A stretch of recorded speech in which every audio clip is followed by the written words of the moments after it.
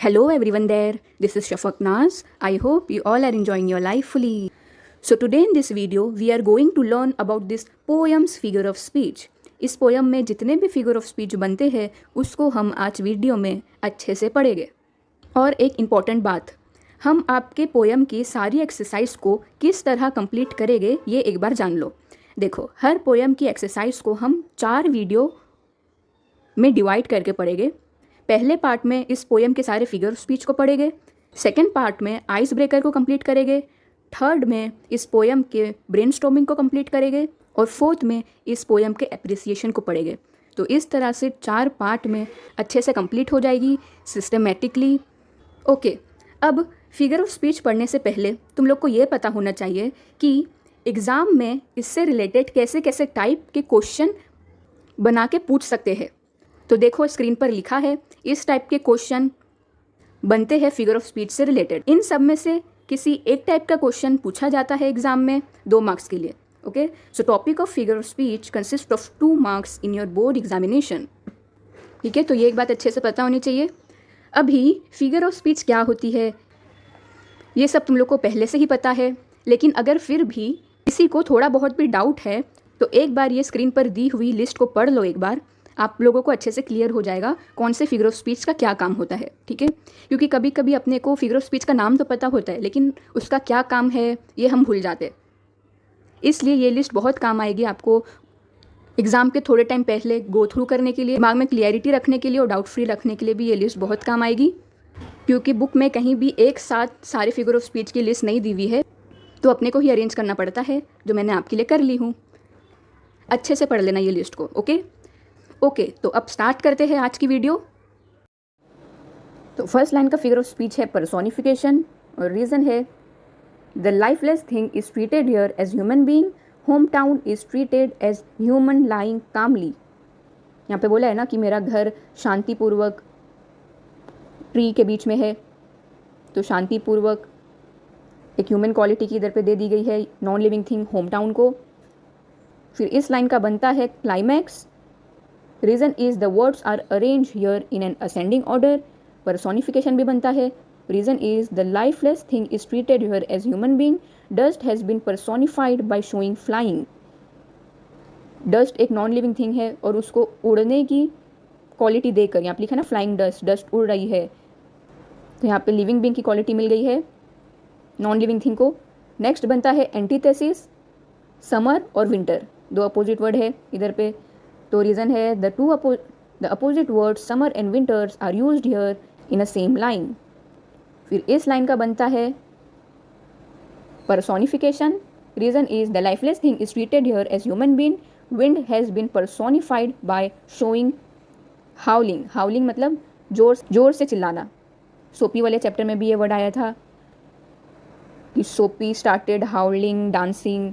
और इसी लाइन का नेक्स्ट फिगर ऑफ स्पीच बनता है एनोमेटोपोया, क्योंकि ये जो वर्ड है हाउलिंग वो क्या डिनोट कर रहा है, साउंड को डिनोट कर रहा है, साउंड को रिप्रेजेंट कर रहा है।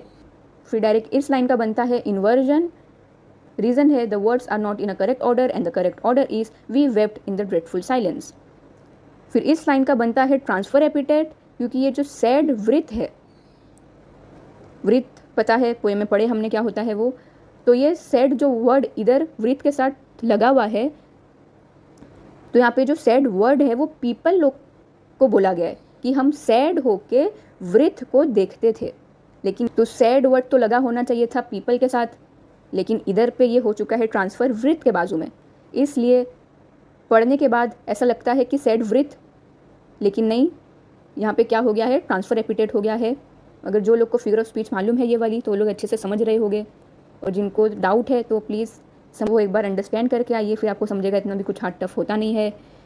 फिर नेक्स्ट का बनता है repetition. The word life and death are repeated here pleasingly. Antithesis भी बनता है, 2 opposite words life and death is used in a same sentence. फिर इस लाइन का बनता है personification.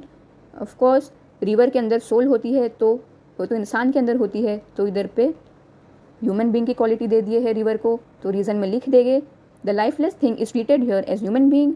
River has been personified by showing it has a soul.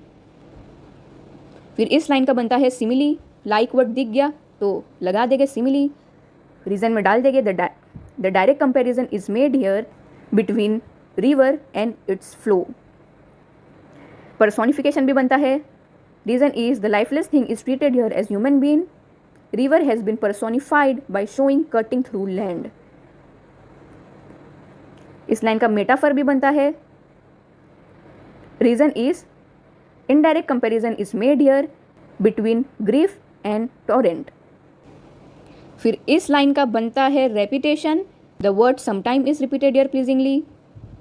Personification भी बनता है, reason is the lifeless thing is treated here as human being by showing that river takes breath. इधर पे बोला है ना कि नदी अपनी सांस रोक लेती है, तो सांस तो ये तो एक लिविंग बीइंग की क्वालिटी है, लेकिन इधर पे नदी के लिए यूज़ किया गया है तो पर्सोनिफिकेशन होगा।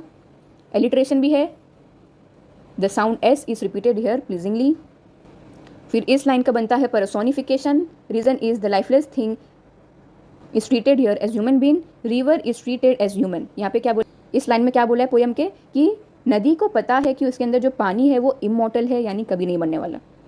तो जानना, नोज, कोई चीज़ को जानना, ये तो एक इंसान की क्वालिटी होती है। नॉन लिविंग थिंग कैसे कोई चीज़ को ग्रैप्स करेगा, कोई चीज़ को जानेगा। तो इधर पे रिवर को क्या दे दी गई है, ह्यूमन क्वालिटी, क्या, जानने की, ठीक है, नोज। और इधर पे भी वही सेम रीज़न है, ये वाले ऊपर वाले में, it no stretching past the town, ये भी बाई चांस अगर एग्जाम में आया तो पर्सोनिफिकेशन ही होगा। फिर लास्ट लाइन का बनता है antithesis, W, the sound W is repeated here pleasingly. तो बस इस पोयम में इतने फिगर ऑफ स्पीच थे। हम बहुत ही ज़्यादा नज़दीक आ रहे हैं पोयम सेक्शन को कंप्लीट करने के लिए। अब नेक्स्ट वीडियो में हम इस पोयम के आइस ब्रेकर, ब्रेनस्टॉर्मिंग और एप्रिसिएशन को कंप्लीट करेंगे, और उसके बाद हमारा पोयम सेक्शन 100% कंप्लीट हो जाएगा।